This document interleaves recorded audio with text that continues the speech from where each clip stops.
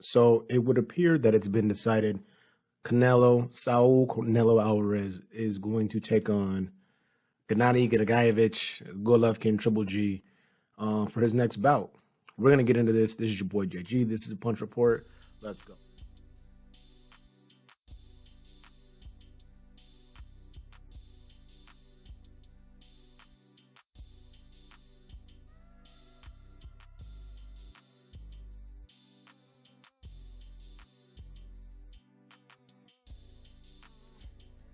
If you guys haven't had the opportunity to subscribe, do that.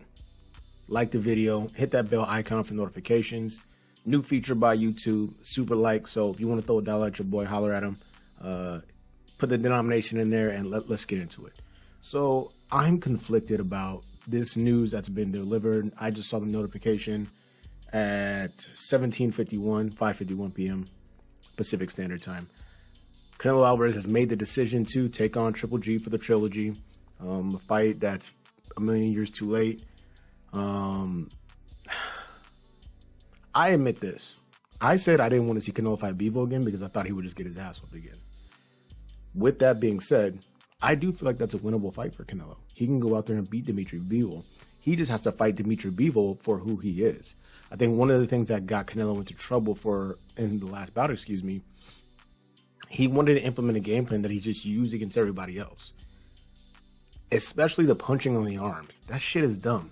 And you saw when an elite boxer, one of the best we've seen in my generation, that is, in Floyd Mayweather, he got his arms punched up by Canelo, and it just didn't make a difference. That was at 154 pounds, and you know Floyd didn't even come in at 154 pounds. It was wildly ineffective.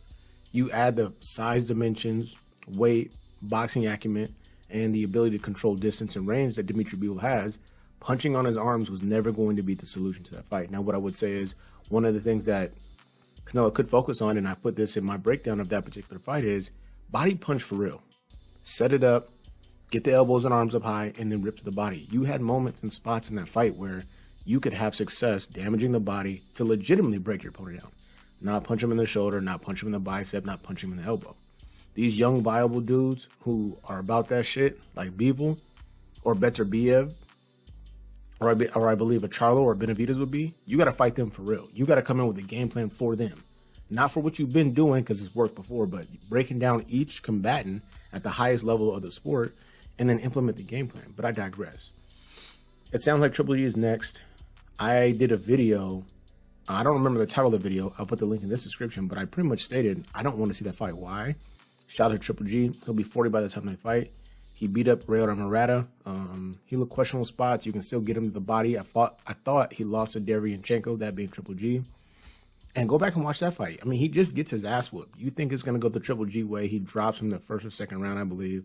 And Derevyanchenko just pressures him and beats his ass. Now, what I also said was Jonathan Banks, that was their first fight together. Abel Sanchez out, money dispute. Insert Jonathan Banks into the Triple G camp. And you want to give the benefit of the doubt. But I haven't seen the progression that you would see, the marrying of the two minds to say, this is who we want to be as a trainer and as a coach. As a trainer and a fighter. Then you have the long layoff. Shout out to COVID. You schedule the Ryota Murata bout.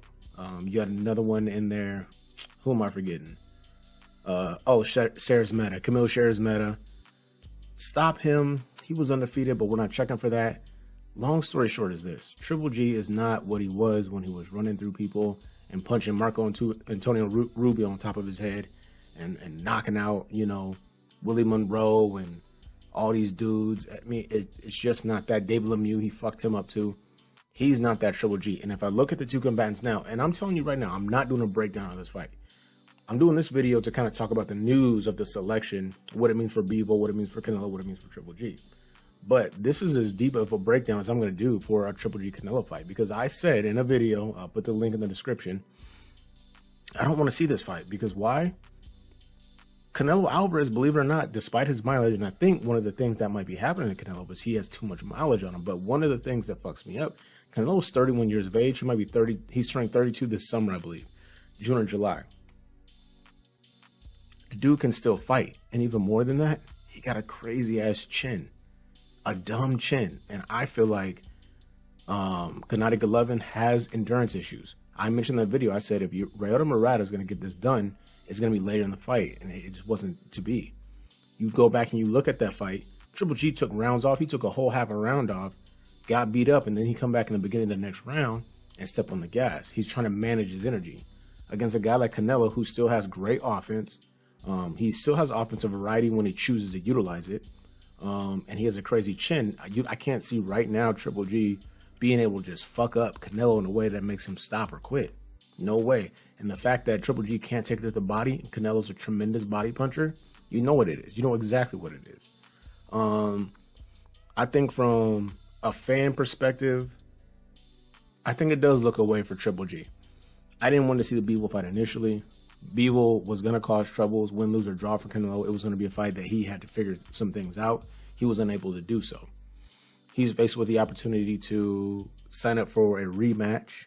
Initial reports 3-4 days after the fight were, oh, I'm going to do the rematch, or Canelo and his team are going to do the rematch, and Eddie Hearn came out and was like, oh, it's up to Canelo. We weren't sure. And now the news comes out today, and admittedly, I still need to do a little bit of homework, but the news comes out today that it's sounding like Canelo's essentially decided to go with the Triple G fight, the Trilogy. It looks a certain way to me. I don't know. I don't want to call him a duck. I'm actually not a big fan of calling any fighter a ducker. I think there's reasons why. I feel like Canelo's in a position right now in his career where he's doing what he needs to do to cement his legacy in the eyes of the individuals who check for him the most. He said it out loud. I don't care what essentially an outsider, someone outside of my fan base or my team think about what I'm doing with my career. Now, someone might hear what I just said and say, well, he's ducking. And I would not argue with you. I wouldn't say, oh, that's not true. I'm just saying he's focused on his fan base, his support system, his family, his immediate team. It's questionable. The fight is questionable. Shout out to Triple G. And I know this was already decided, but when Bivol got that victory, it kind of upended some of the plans. Bivol said that himself. It's astonishing to me to see them just make this decision. Despite the fact that I said I didn't want to see the Bivol fight, but shit changes, circumstances change. You got to make a decision about who and what you want to be as a fighter. And it might be in your best interest to go ahead and challenge a Bivol again, especially he says, I'm going to come down to 168. Or you can do what essentially was been proposed and say, all right, Triple G, you've been on a long layoff. You just fought Murata, who was 2-2 in his last 4, and I stopped him.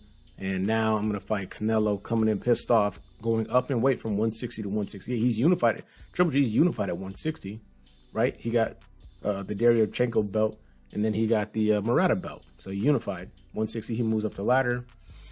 And he fights at 168, a division I don't think he's ever competed in, which is Canelo's division. He's undisputed in that division, 4-belt era.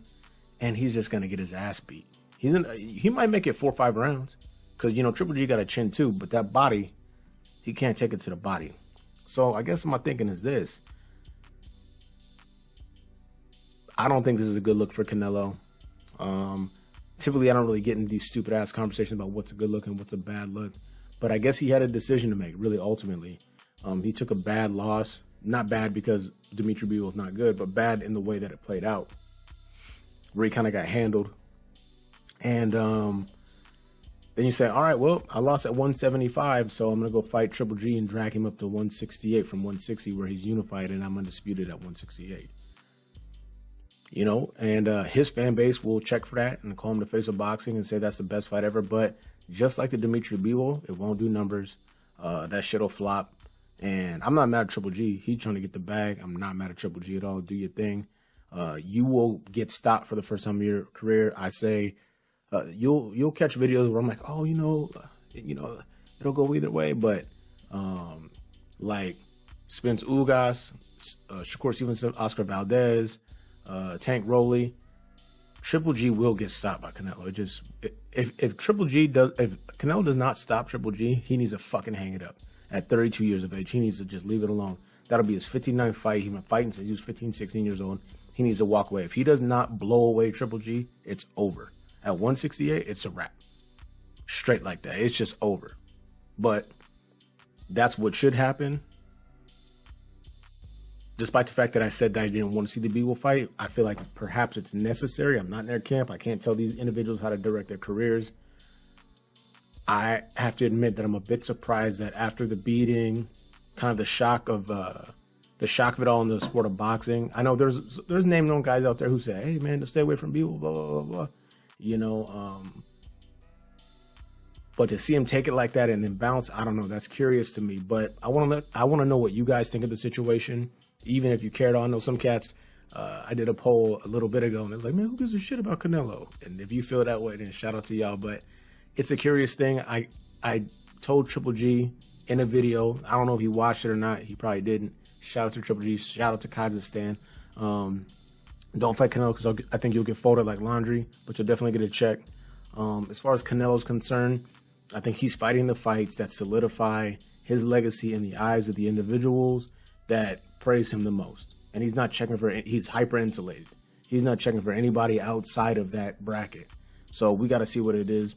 This is your boy GGG. This has been the Punch Report. Please, if you could be so kind, like, subscribe, bell icon for notification. Listen, if you're not going to subscribe after watching this video, I want to hear in the comment section what I can do to earn that subscription. Until then, we out.